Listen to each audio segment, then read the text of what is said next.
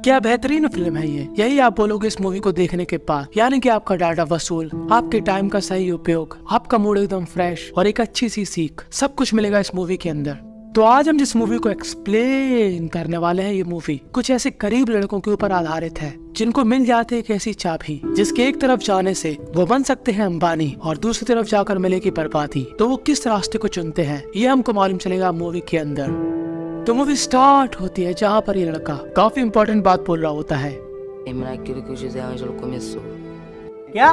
कोई बात नहीं, मैं आपको हिंदी में समझाता हूँ। तो दरअसल ये लड़का अपनी कहानी सुना रहा कि इसके साथ क्या हुआ था कि उसको ये वीडियो रिकॉर्ड करनी पड़ रही।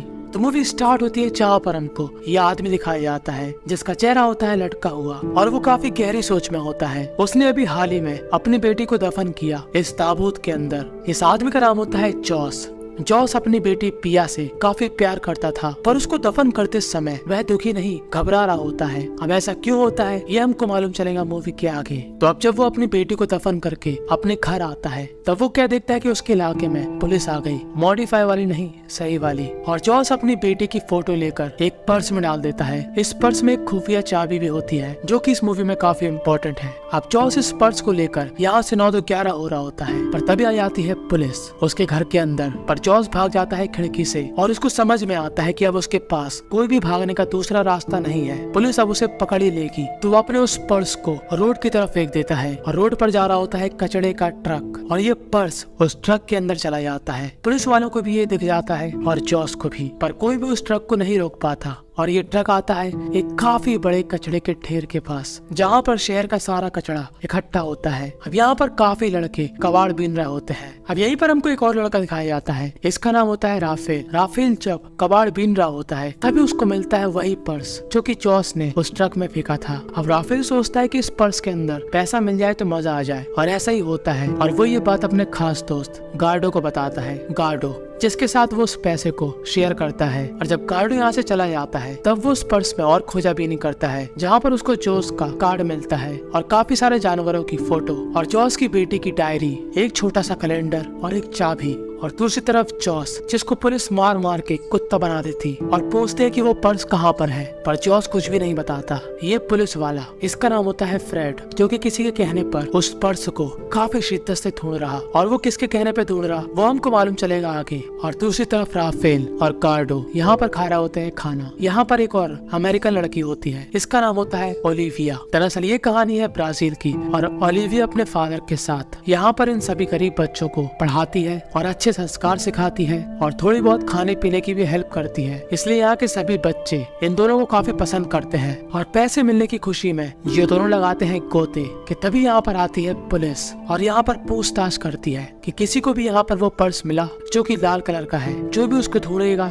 उसको हम देंगे काफी अच्छा प्राइस। और अब राफेल एकदम सतर्क हो जाता है क्योंकि वो पर्स राफेल के पास ही था। और तभी फ्रेड इन दोनों के पास आता है क्योंकि इन दोनों के चेहरे काफी अजीब लग रहे थे, जैसे कि मानो इनको सांप सूंघ गया। गार्डो पूछता है तुम क्या ढूंढ रहे? फ्रेड कहता है कि मैं एक पर्स ढूंढ रहा जो कि हमारे लिए काफी इम्पोर्टेंट है, उससे काफी केस सॉल्व हो सकते हैं। तब गार्डो बोलता है कि यहाँ पर फ्री में कुछ नहीं मिलता। तब फ्रेड बोलता है कि मैं तुमको दूंगा $1000। और ये बात सुनकर गार्डो कुछ ऐसा इमेजिन करता है।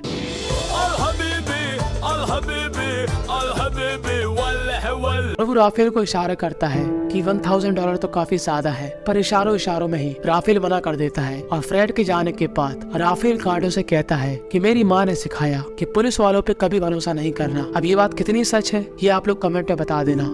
अब रात होने के बाद गार्डो राफेल से यही कहता है कि हम लोग उसको वो पर्स दे देते हैं, उससे हमको मिलेंगे $1000। तब राफेल कहता है कि वो पर्स किसी जॉस नाम के व्यक्ति का है, और जब हमको पुलिस उस पर्स के लिए $1000 दे रही, इसका मतलब उसकी रियल कीमत काफी ज्यादा होगी। और ये दोनों ही अपने एक दोस्त रेड के पास जाते हैं। रेड जिसको है थोड़ी खुजली की प्रॉब्लम बॉडी में, जिससे उसका कोई भी दोस्त नहीं है सिवाय इन दोनों के। और ये दोनों पूरी कहानी रेड को भी बताते हैं। वो कहते हैं कि हमको सिटी में जाना है और इसके अंदर जो चाबी मिली उससे इस आदमी के लॉकर को खोल के देखना है कि उसके अंदर आखिर क्या है, क्या पता हमको काफी पैसे मिल जाए। अब ये लोग कैसे भी जुगाड़ करके जॉस के लॉकर के पास पहुंच जाते हैं, पर वहाँ पर होती है पुलिस, और अगर पुलिस ने इनको पकड़ लिया तो इन तीनों को लग जाएंगे एल। पर एल के आगे एम है, एम यानी कि मौका अपनी इस कबाड़ी वाली जिंदगी को बदलने का। और गार्डो पुलिस का ध्यान भटकाकर कर उनको दूर ले जाता है और उतने में ही रेड और राफेल जॉस के लॉकर को खोलकर उस लॉकर के अंदर रखा हुआ सामान अपने साथ लेकर वहाँ से भाग जाते हैं। और गार्डो तो अपना था एक्सपर्ट, तो वो पुलिस को चकमा देकर इनके पास आ जाता है और इन तीनों को उस लॉकर के अंदर क्या मिलता है, एक लेटर और जॉस और उसकी बेटे की फोटो जिसके पीछे लिखे होते हैं नंबर्स। और इन तीनों के अरमानों पे फिर जाता है कीचड़। पर ये लोग इतने में हार नहीं मानने वाले थे। अब ये लोग क्या करते हैं, उस लेटर में जिस आदमी का नाम लिखा था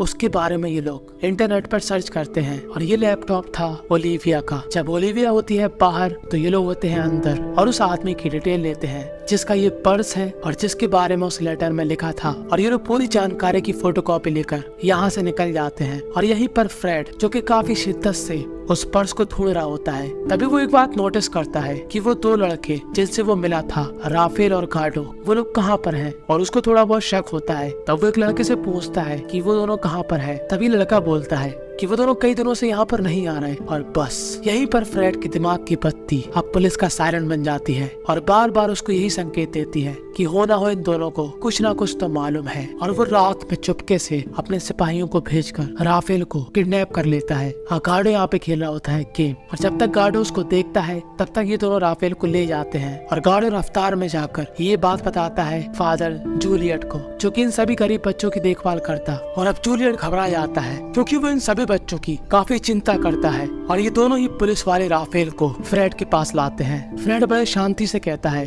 कि उस पर्स के बारे में मुझको बता दो। पर राफेल की माँ के संस्कार यहाँ पर बीच में आ रहे थे और वो पुलिस वालों पे भरोसा कतई नहीं करना चाहता था, तो वो कुछ भी नहीं बताता। और फ्रेड उसको गाड़ी में इतने झटके दिलवाता है कि उसके थोबड़े का नक्शा बिगड़ गया था। और दूसरी तरफ जूलियट जो कि पुलिस स्टेशन जाकर परेशान हो रहा होता है कि राफेल कहाँ पर है, पर उसको कोई भी कुछ भी नहीं बताता क्योंकि किसी को मालूम ही नहीं है। और फ्रेड राफेल को एकांत में ले जाकर आखिरी बार पूछता है कि सच सच बताओ वो पर्स कहाँ पर है। पर राफेल कहता है कि मुझको कुछ भी नहीं मालूम। तब फ्रेड के सबर का बांध टूट जाता है और फ्रेड कहता है अपने एक सिपाही से कि इसका राम नाम सत्य कर दो। और फ्रेड के जाने के बाद ये पुलिस वाला तान देता है राफेल की कनपटी पर बंदूक। पर इस पुलिस वाले का नहीं करता मन राफेल को ऊपर पहुंचाने का, तो वो दूसरी साइड गोली चलाकर डिसाइड करता है यहाँ से जाने का, क्योंकि वो इस पाप को नहीं करना चाहता था। और अगली सुबह सभी को राफेल मिलता है जिसकी हालत बहुत बुरी होती है। जूलियट उससे कहता है कि अगर तुमको वो पर्स मिला है तो तुम उस पुलिस वाले को वो वापस कर दो। पर राफेल कहता है कि मुझको ऐसा कोई भी पर्स नहीं मिला। और अब ऐसी परिस्थिति में गार्डो की जान पहचान के लोग कहते हैं इस राफेल की वजह से कि तुम हमारी कम्युनिटी को क्यों नुकसान पहुंचा रहे, तुम इससे दूर हो जाओ। पर वो दोस्ती ही क्या जो मुश्किल में काम ना आए। और ये बात गार्डो जानता था, तो इस आदमी से कहता है बड़े प्यार से, पर यहाँ से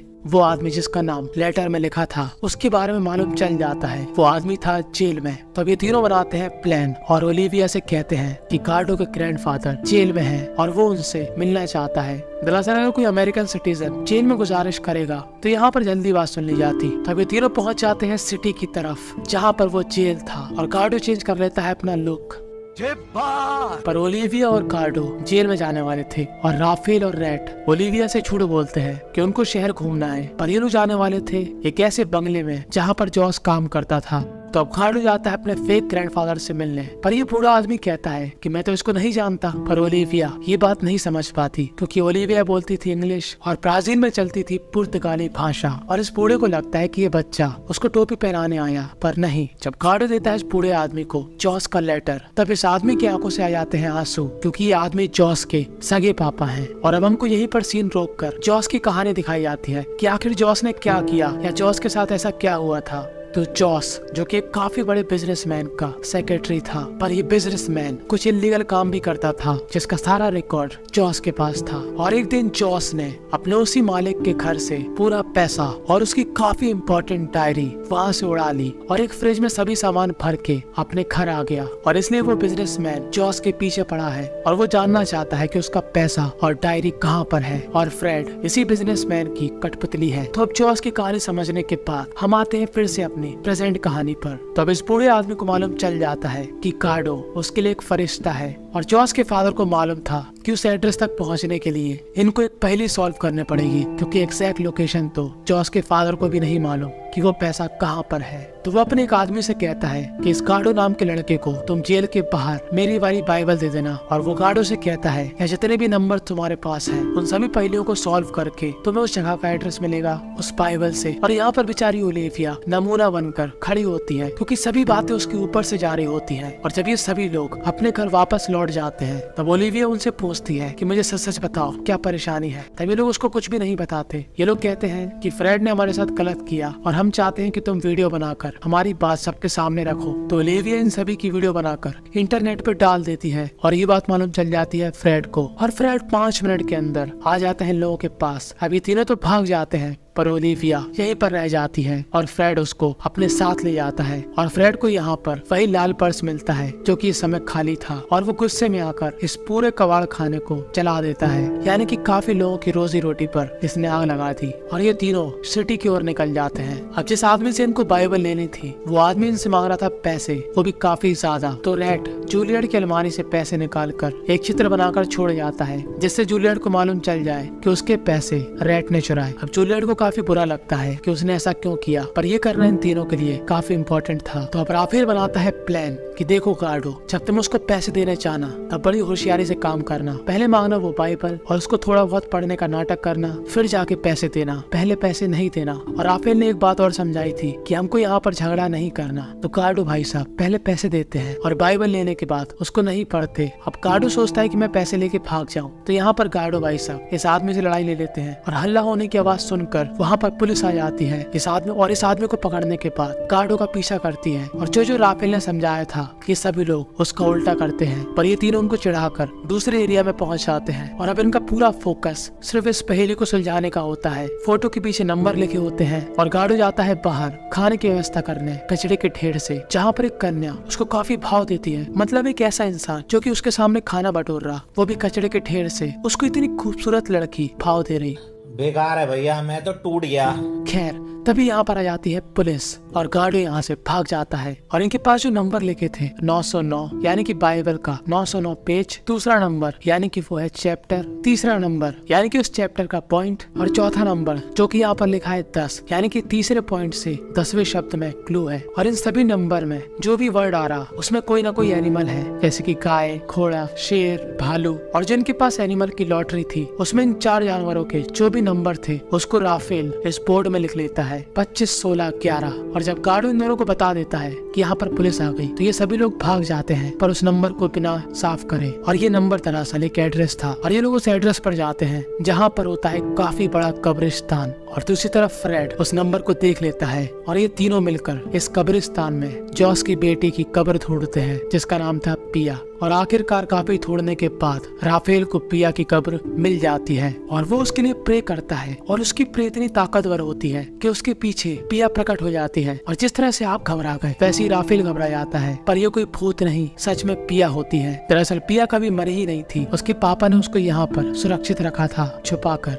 और वो उसको यहाँ पर राशन दे जाते थे। पर काफी लंबे समय से वो भूखी है और वो राफेल से पूछती है कि क्या तुम्हारे पास कुछ खाने को है। राफेल कहता है कि चिंता मत करो, अब मैं आ गया हूँ ना। और पिया फिर से उसी जगह पर छुप जाती है जहाँ पर वो हमेशा रहती थी। कि तभी उतने में वहाँ पर फ्रेड आ जाता है रेड और गार्डो को पकड़कर, और इन तीनों से कहता है कि अब तुम इस कब्र को खोदो। और ये तीनों पूरी मेहनत के साथ इस कब्र को खोदते हैं, जहाँ पर इनको मिलते हैं काफी सारे पैसे और एक रजिस्टर जो कि काफी इम्पोर्टेंट था। और फ्रेड उस बिजनेसमैन से कहता है कि मुझको डायरी तो मिल गई पर पैसे नहीं मिले, यानी कि पूरे पैसे फ्रेड रखना चाहता है। पर वो बिजनेसमैन कहता है कि पैसे इम्पोर्टेंट नहीं है। कि तभी पीछे से पिया आकर फ्रेड के सिर पर हमला कर देती है और राफेल फ्रेड के सिर पर गन तान देता है। गार्डो कहता है कि इसको ऊपर पहुंचा दो, पर राफेल उसको छोड़ देता है। और ये लोग अपने एरिया में जाकर एक बोरी पैसे को लोगों के बीच में उड़ा देते हैं और रेड फादर जूलियट के पैसे लौटा देता है और अपनी तरफ से भी काफी बड़ा अमाउंट वहाँ पर रखकर एक स्माइली फेस बनाकर चला जाता है। और तभी वहाँ पर आ जाती है ओलिविया, जिसको पुलिस ने छोड़ दिया। और इन तीनों की तिगड़ी जो कि अब बन चुकी है 4 की, ये लोग चले जाते हैं शहर से काफी दूर। और कुछ टाइम बाद वो जो इन तीनों की स्टेटमेंट की वीडियो थी वो वायरल हो जाती है और सभी लोग इन तीनों की तलाश में रहते हैं। जॉस के चुराए हुए पैसे से ये घूम रहे हैं आइसलैंड। और इसी के साथ यहाँ पर ये मूवी हो जाती है दी एंड। तो इस मूवी से हमको क्या सीखने को मिला कि ब्राजील की लड़कियाँ पैसा देखकर लड़के नहीं पसंद करती, और आप लोग कुछ जानना चाहते हो उस मूवी के बारे में जो कि मुझको मालूम है, तो एक बार पिन कमेंट जरूर देख लेना।